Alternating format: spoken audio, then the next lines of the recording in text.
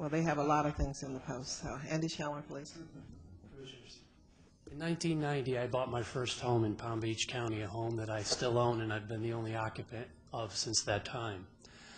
And I learned some of the process that still frustrates me today. There was a development that was going to go in at the end of the street for 72 homes, and they wanted 100. I learned about TDRs, transfer development rights, and it didn't go through. It ended up being 72. And that was the first time I ever appeared in these chambers to talk on behalf of myself and my neighbors. And then in the 90s, when Minto was coming through and they were going to build a neighborhood to the north, which turned into Olympia and Village Walk, I was down here also trying to help prevent Lions Road from going through the middle. Since that time, in 2008, 6 years ago, March 6th, I received a letter. The letter was dated March 6th. Received a letter about road improvements in the same neighborhood. Well, we fast forward. It is now 6 years, and I've been in front of 7 board chairs, of which 2 are mayors.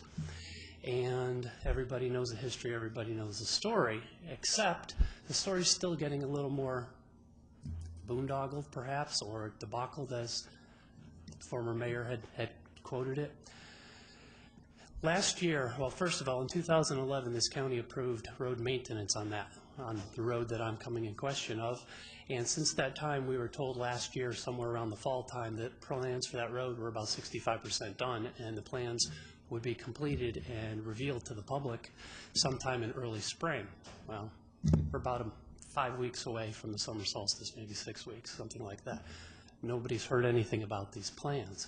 And my neighbors are coming to me asking me, you know, they liened our property, as I came here and said to you 7, 8 months ago, that now we're in the season for looking for school, refinancing, other home improvements.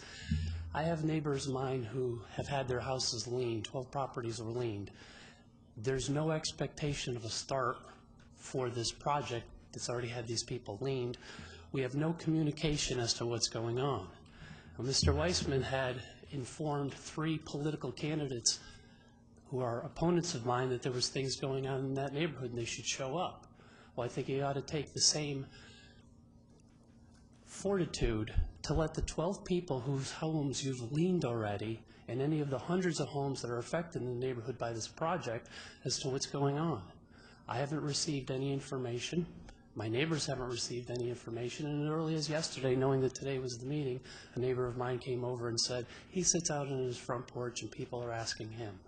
So is there any chance that we could possibly reveal the great mystery of the hundreds of thousands of dollars that have already been spent on Fargo and catch up the neighborhood with the same zest and zealous that will inform other political candidates? Can we use that same zest towards residents who live in the area? And please tell us what's going on.